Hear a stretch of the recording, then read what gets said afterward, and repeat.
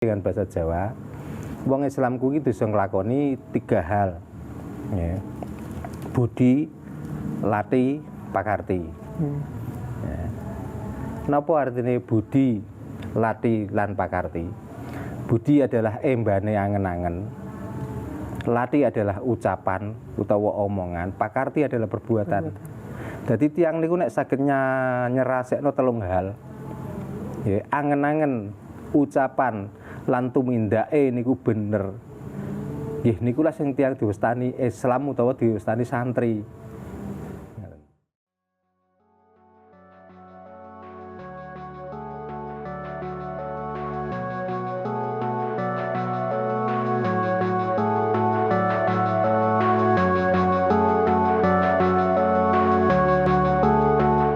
Mbak Darno, Rahayu.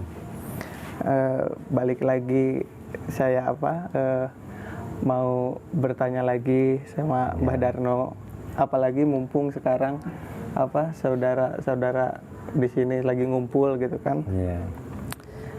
Ini yang mau ditanyakan tuh Mbah, bagaimana sih dalam berumah tangga, bersaudara, terus bertetangga, kan yang diharapkan kita itu supaya damai dan tentrem. Nah, menurut Mbah Darno, apa sih kuncinya untuk mendapatkan yang diharapkan itu, Mbah? Ketentraman, kedamaian. Ya. Ya saderenge sugeng dalu, bapak-bapak lan ibu-ibu sedaya, sederek-derek ingkang sami ngempal dhateng mriki. Rahayu, rahayu sagung dumadi. Rahayu. Menjawab pertanyaan dari saudara kita, tim channel Hasanah Jawa, tentang apa kunci untuk mencapai kedamaian, ketentraman, ketenangan. Yang mungkin yang ditanyakan adalah biar kita bersaudara, bertetangga, berumah tangga itu tentram atau bisa menerima kenyataan ini dengan sempurna. Ya. Jadi kunci utama untuk mencapai itu semua adalah yang penting kita saling bisa menerima dan bisa menerima kekurangan dan bisa menerima kelebihan, itu kuncinya. Namun bukan itu saja, sebenarnya bahasa Indonesia agak campur ya. Sebenarnya kunci utama biar rumah tangga itu tentram, damai, dan kita tidak saling curiga, mencurigai, dan kita tidak saling bisa menerima lah dalam rumah tangga. Kita tuh harus menghilangkan kata-kata jebakan. Kata-kata jebakan. Contohnya apa? Kita itu rumah tangga sampai nggak damai, bertetangga itu nggak rukun, berkeluarga itu kadang-kadang kita saling curiga, itu kan terjebak dari benar dan salah. Ya, satu, terjebak untung dan rugi, itu satu. Jadi kata-kata seperti baik dan buruk, benar dan salah, kalau bisa itu dihilangkan dari hati kita. Gitu. Ya artinya gimana? Kalau ingin rumah tangga itu damai, yang penting kita itu tidak saling membenarkan diri kita sendiri. Itu kuncinya. Satu. Introspeksi. Introspeksi ya. Dan dikala kita itu melakukan kesalahan, segeralah kita itu minta maaf. Kalau tidak kita minta maaf, ya kita imbangi dengan perilaku, yang perilaku itu menunjukkan bahwa kita, karena ini sudah saya lakukan salah, maka saya harus berani memperbaiki. Nah, itu kuncinya kalau dalam rumah tangga. Lalu di dalam rumah tangga adalah ada kepala rumah tangga, ada ibu rumah tangga. Nah, di antara kepala rumah tangga dan ibu rumah tangga inilah yang kadang-kadang, yang sering terjadi, Ya karena saling berebut benar, gitu. Dan jarang yang merasa atau mengakui kesalahan itu. Makanya kuncinya yang saya minta atau yang harus dilakukan supaya rumah tangga itu tentram, damai, nggak ada perselisihan, nggak ada cekcok dan lain sebagainya. Ya alangkah baiknya kalau kita itu saling menyadari. Dalam arti kita itu nggak mungkin benar terus, kita juga nggak mungkin salah terus. Ya. Jadi dikala kita benar itu jangan sok-sokan benar. Dikala kita salah itu memang manusia itu tempatnya salah. Nah, itu. Terus lagi kebanyakan, ini maaf ya, si wedok-wedok itu dirungokno. Koncine niku nek kepengin rumah tanggane tentrem ajenono wong lanang. Nggih niku. Dalam arti napa? Ya senajan to salah sepiro niku timbangane dadi geger, timbang olok-olokan. Mbok nek ngelingno niku waktu nang jero kamar. Ya, dadi ora kok kesalahane langsung dider nang ngarep niku gak apik. Ndadekno lara ati atau sakit hati. Gitu. Ya makanya ya bagaimana kita cara menyikapi dalam rumah tangga itu supaya kita itu bisa tentram, bisa damai itu gimana caranya? Ya, saling introspeksi, saling menyadari, kita saling menghargai di antara laki-laki dan perempuan itu, insya Allah nanti semuanya akan damai, indah, tentram dan bahagia. Itu tentang rumah tangga. Lalu kita bersaudara. Bersaudara juga begitu. Makanya ya alhamdulillah pada malam hari ini kita ini semua saudara, keluarga besar. Dan lestarikanlah serasian seperti ini. Karena dengan melestarikan serasian seperti ini, kita itu tahu masalah saudara itu tahu. Jadi kita itu nggak saling curiga terus. Kalau kita nggak tahu masalah saudara, kadang-kadang itu curiga itu dikedepankan. Gitu. Belum tentu orang ini melakukan seperti ini tujuannya itu jelek. Kadang-kadang kita yang menilai jelek. Ya. Belum tentu kalau kita itu tujuannya itu, ya contohnya, kadang kita bicara, terus kebetulan orang yang kena masalah itu lewat. Tapi kita nggak tahu apa yang dibicarakan saudara kita itu, karena kita merasa punya masalah, dikira orang itu membicarakan gitu. Atau boso Jawane ngerasani. Nah curiga-curiga seperti itulah yang menyebabkan atau kadang-kadang yang membuat perpecahan dalam berkeluarga itu atau bersaudara. Makanya dengan seperti ini mengadakan serasian, kumpul bersama. Ya entah nanti apa yang dibicarakan atau ada apa di sini. Tapi kan kita itu saling bisa curhat tuh, bisa mengutarakan permasalah itu. Nah dengan diucapkannya atau dicurhatkanlah masalah itu, mungkin salah satu saudara ini bisa memberi jalan keluar atau saran. Nah, itulah biar kita itu tentram.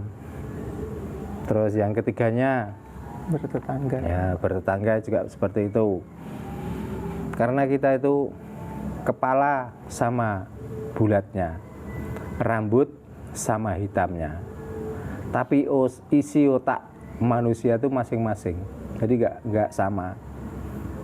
Makanya kita jangan pernah mencari perbedaan itu, tapi carilah persamaan dari masalah atau perilaku orang itu. Gitu. Jadi begitulah ajaran orang Jawa maupun ajaran-ajaran agama. Sebenarnya kita itu sebelum merasa baik, tapi diawalilah dengan perbuatan yang baik itu. Jangan kita tuh merasa setiap langkah kita itu baik, langkah kita itu bagus. Jangan begitu, karena bagus bagi kita, baik bagi kita, belum tentu bagus untuk orang lain. Nah, makanya jangan terjebak dari kata baik dan buruk, ya kata-kata untung dan rugi, atau sampai dalam ketuhanan kita itu kadang-kadang yang kita kerjakan yang dianggap surga dan neraka. Jadi sebaiknya kita itu mengerjakan sesuatu itu hanya untuk diri kita sendiri, bukan untuk orang lain. Karena sekarang kan orang itu menilai orang lain itu mudah. Kalau tidak mengikuti seperti saya dianggap orang nggak baik. Kalau apa yang saya lakukan itu baik. Nah, makanya kalau masih punya sifat seperti itu, apalagi kita sebagai seorang Islam, nggak akan diterima Islam kita. Dan tidak akan sempurna seorang Islam yang masih merasa dirinya itu baik sendiri. Gitu. Jadi kebaikan itu adalah perbuatan perilaku. Makanya dengan bahasa Jawa, wong Islamku itu bisa nglakoni 3 hal. Ya. Budi, lati, pakarti. Ya. Napa artinya budi, lati, lan pakarti? Budi adalah embane angen-angen. Lati adalah ucapan utawa omongan, pakarti adalah perbuatan. Jadi tiang niku nek saged nyerasekno 3 hal. Ya, angen-angen, ucapan, lan tumindake niku bener. Nggih niku lah sing tiang diwastani Islam utawa diwastani santri. Ngoten.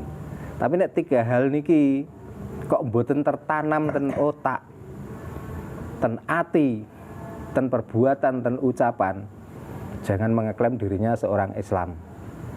Jangan mengeklaim dirinya itu santri. Karena santri itu kebanyakan teori. Padahal santri itu bukan dari teori, tapi santri adalah pakarti. Perbuatan itulah yang dinamakan santri. Napa? Jadi santri saka tembung ihsan, Islam, iman. Ya.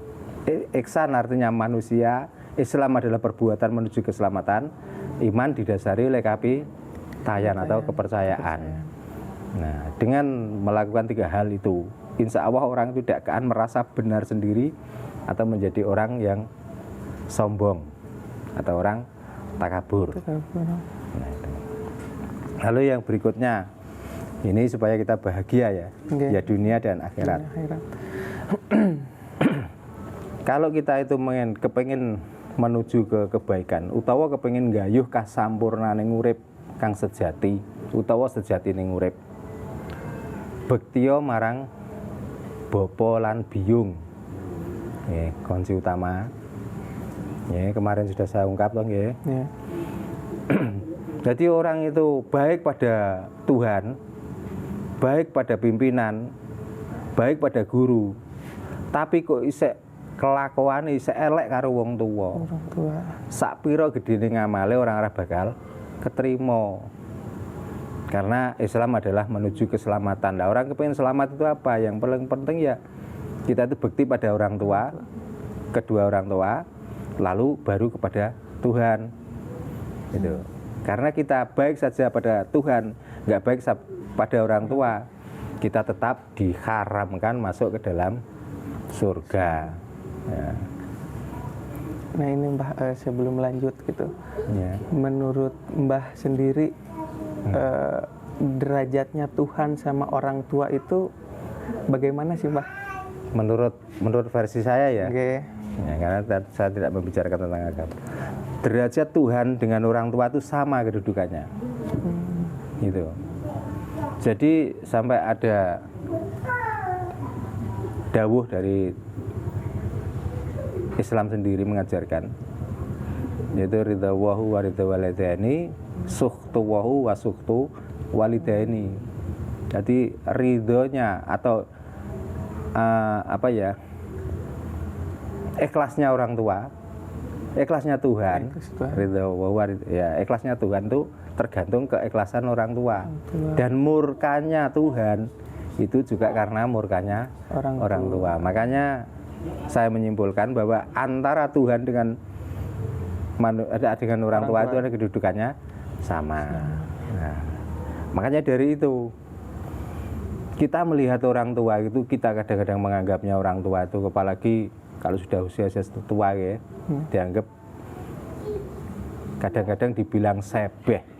Sebeh itu apa itu? Sebeh niku apa ya ngerti kira-kira artine kok sebeh niku. Yang dimaksud sebeh niku barang wis kasep kabeh.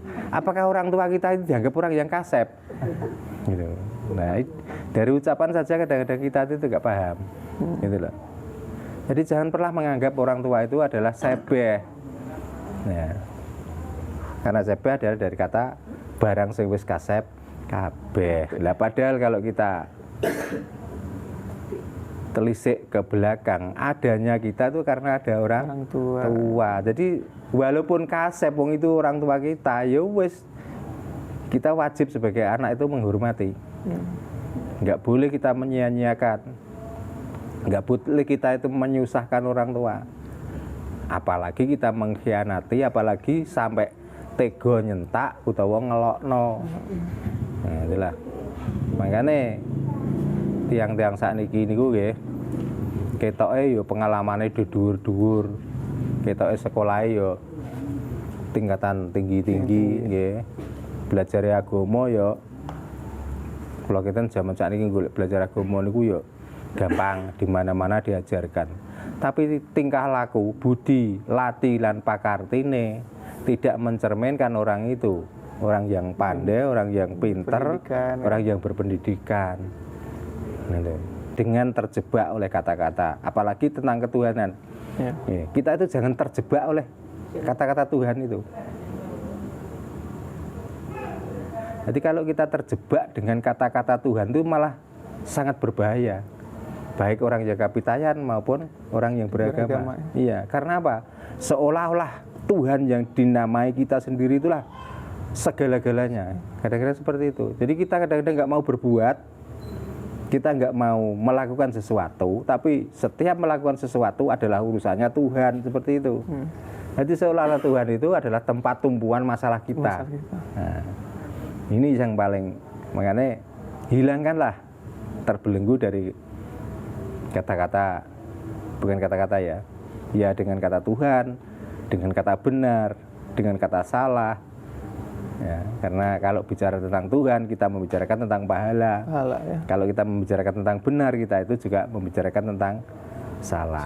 Nah, padahal itu adalah kata-kata kita sendiri sebenarnya yang akan membelenggu kita sendiri, dan sampai kita kadang-kadang nggak sempat melakukan sesuatu hal yang dianggap merasa benar di diri kita sendiri, karena kebenaran itu seolah-olah itu terjebak dari kata Tuhan itu sendiri. Malah gitu Mbak, mungkin saya pribadi gitu, kalau umpama beribadah itu suka keliru gitu niatnya tuh. Kita beribadah itu karena apa? Karena ada angan-angan mendapatkan pahala. Berarti kayak gitu tuh keliru ya Mbak? Ya jelas keliru. Ya sudah jelas itu kelirunya. Apalagi kita itu seolah-olah beribadah itu menyembah Tuhan. Malah sangat kelirunya. Gitu. Karena Tuhan itu nggak butuh disembah. Gitu. Dan kita beribadah itu bukan berarti pahala. Gitu. Tapi kita beribadah itu karena kita itu masih diberi sehat, kita masih diberi kesempatan. Nah, makalah kita mengerjakan beribadah itu. Itu. Kemarin kan sudah saya ungkap. Oh ya, bukan di sini ya, di waktu di Kepet. Makanya pertanyaannya, niki sing dereng nate krungu nggih. Pertanyaane ngeten, di saat yang niku ngabekti ngibadah, napa Gusti niku sing jaga awak dhewe napa awak dhewe sing jaga Gusti? Nah niki sing kita dijawab. Monggo sing saged. Gusti sing jaga awak dhewe apa awak dhewe sing jaga Gusti? Awak dhewe kaya Gusti. Awak dhewe sing jaga Gusti. Ya, niku perkara berdelok channel lah. Tapi nek pada umumnya kan ngeten nggih, pada umumnya ini seolah-olah Gusti Allah niku jaga awak dhewe, seolah-olah seperti itu. Ngeten. Gusti Allah ora bakal jaga awak dhewe nek awak dhewe niku ora pinter jaga marang Gusti Allah. Ngeten lho. Makanya aja kuwalik. Nah, saat niki tiyang niku terjebak ten mriku niku karena kebalikan angan-angan niku. Jadi seolah-olah disembah Gusti Allah niku. Engko nek ana ula ora cokot wah kuwi dijogo Gusti Allah. Ya. Engko nek ana penyakit nek wis mbok kabeh tak pasrahno tapi ora tau ngombe obat. Ya selak kematenen. Ngono lah. Dadi sampun ngantos nggadahi pemikiran sing seolah-olah niku awak dhewe niku kabeh niku direksa, seolah-olah awak dhewe niku kabeh dijogo kare Gusti Allah. Gusti Allah niku kan sampun sering kula aturaken. Gusti Allah itu hanya memberi hidup. Nah, tenggene hidup dikei alat. Maka gunakanlah alatmu itu. Ngeten. Tanpa kamu menggunakan alat itu kok hanya dikei urip mek nyembah tok. Ya selak kemelurusan, ya selak kaliren. Ngeten. Jadi manfaatkanlah apa yang sudah diberikan untuk bekerja, untuk usaha apa yang penting. Ya di situ dimaksud kalau usaha itu ya usaha yang benar menurut versi manusia, bukan versi Tuhan. Nek versi Tuhan gak ono wong ngerti. Walaupun nenten Al-Qur'an wonten apa. Ya sebenarnya itu kan cuman ya monggo lah versi ini masing-masing ya. Nek kula piyambak ngeten.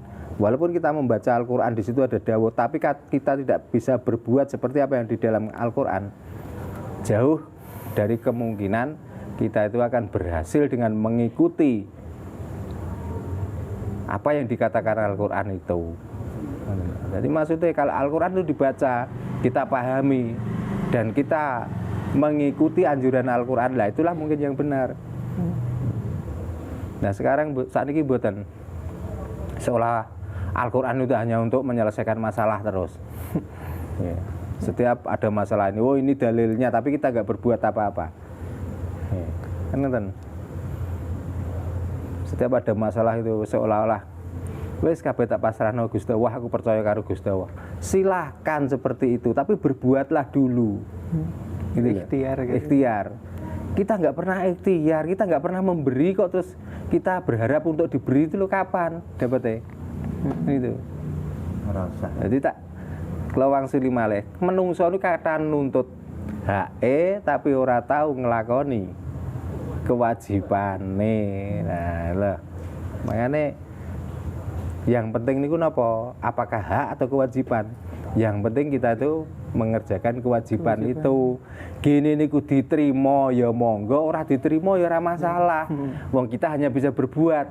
Wong hidup wae ora nyewa. Nggih. Nek diangen-angen kan ibadah awak dhewe lagi sak pira to. Tapi kan tuntutane wis surga. Ngoten. Lah terus mripatmu iki pernah bayar pira jajal iso ndelok abang ijo kuning putih sak bendina. Nggih, wong sing lara mripat sak minggu wis sambate ngarwara. Nggih, niku lagi mripat. Durung ngirung. Ora iso mambu minggu sak wulan wis susah ra karo-karoan. Nggih. Urung ilat. Sing ngrasakno pedes asin. Nggih. Urung kuping. Sing budek nukokno alat niku ora cukup 10 juta sampai 15 juta. Nggih, urung organ-organ sing lain. Yo, tapi kadang-kadang kita itu baru bisa melakukan sholat, baru kita bisa melakukan tibaan, baru kita bisa ngaji Al-Qur'an, baru kita bisa tahlilan. Seolah-olah kita amal kita sudah lebih-lebih untuk Tuhan itu. Nah, makanya orang-orang yang mempunyai pikiran seperti itu akhirnya la in syakartum la azidanakum wa la in kafartum inna adzabi lasyadid. Itu bukan terletak pada orang kafir. Ya termasuk orang-orang yang mengaku dirinya mukmin itu kadang-kadang. Karena keimanannya itu dikala dia melakukan sholat, dikala kita melakukan ibadah yang lain dianggap sudah baik. Nah itulah. Berarti ya Mbah, dengan merubah mindset pola pikir kita itu untuk apa? Untuk beribadah dan menyembah Gusti itu sendiri gitu. Yeah. Berarti itu bisa menjadi kunci utama juga untuk mencapai apa? Suksesnya kita itu kayak apa? Yang tadi Budi Lati Pakarti. Dan Pakarti gitu. Yeah. Nah, sebelum lanjut itu kan tadi Mbah sempat nyinggung tentang santri. Nah, menurut Mbah itu santri itu apa sih Mbah? Ya yang dimaksud santri itu kan san itu mulai dari insan, Islam, iman. Yang dimaksud orang yang bisa melakukan 3 ini, karena tri itu 3. Oh iya. Nah, jadi orang yang bisa melakukan 3 hal inilah yang berhak atau pantaslah disebut santri. Itu maksudnya.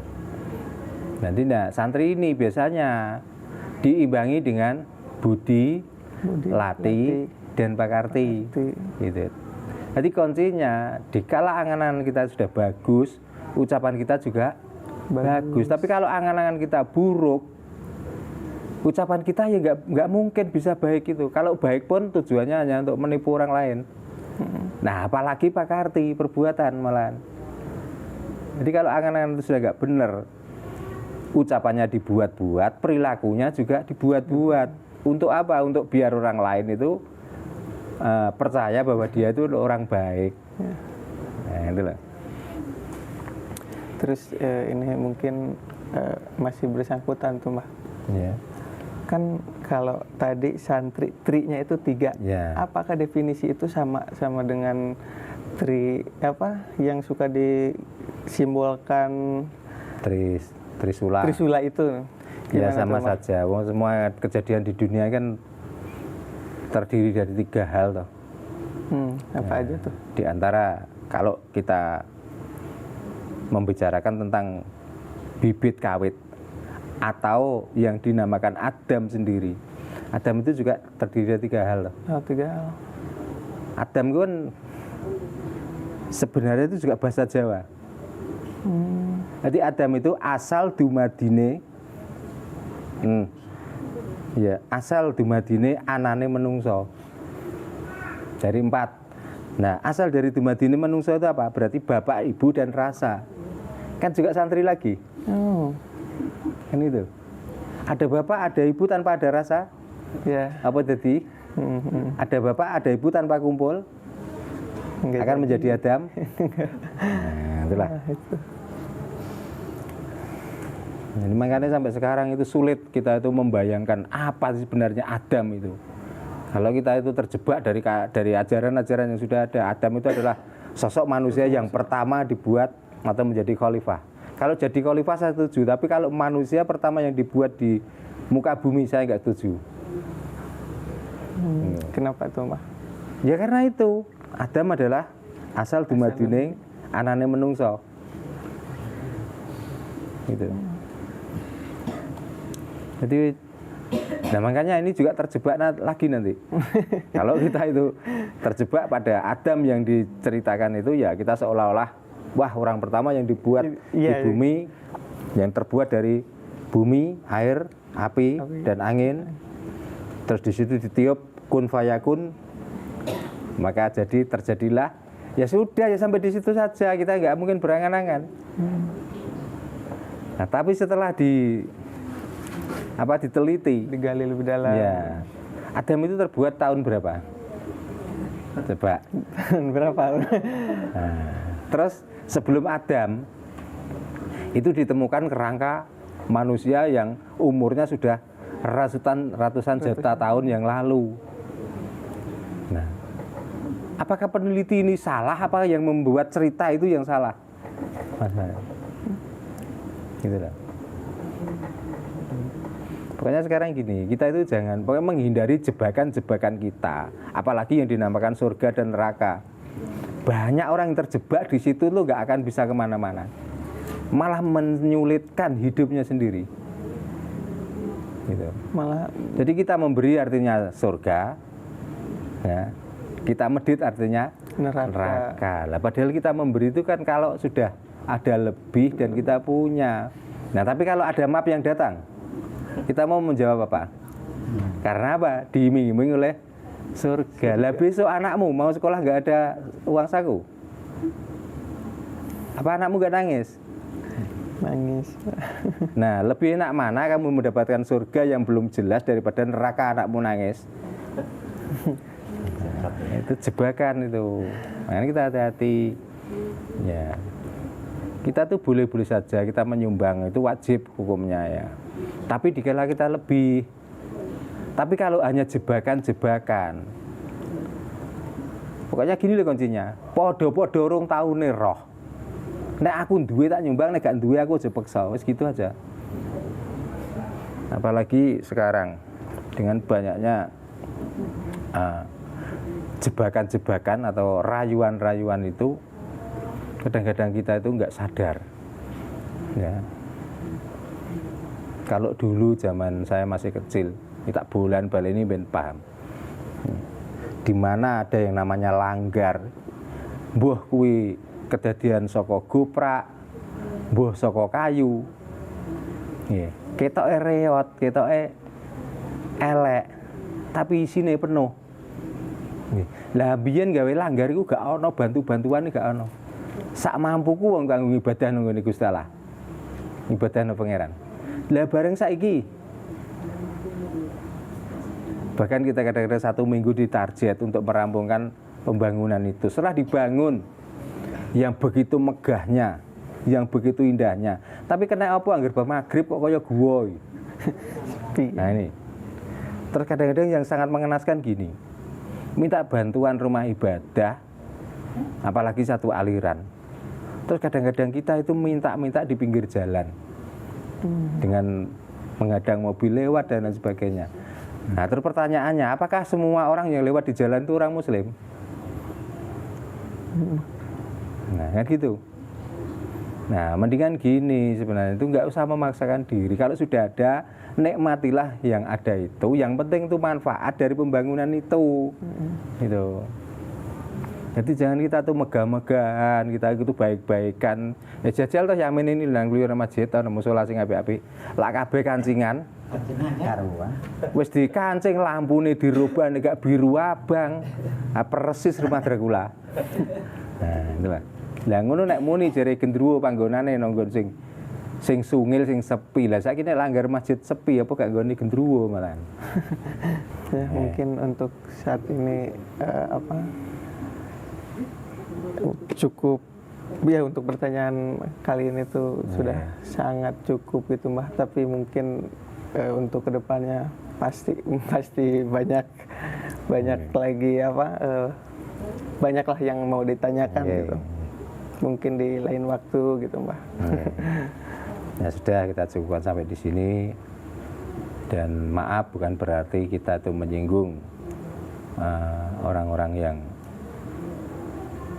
sudah melakukan kesalahan itu tadi, ya, tapi kita adalah tujuannya membenarkan cara memindset otak kita itu gimana supaya benar seperti ya. Dan maafkan perjumpaan malam hari ini kita cukupkan sekian. Semoga bermanfaat. Rahayu ingkang pinanggih, rahayu sagung dumadi. Rahayu.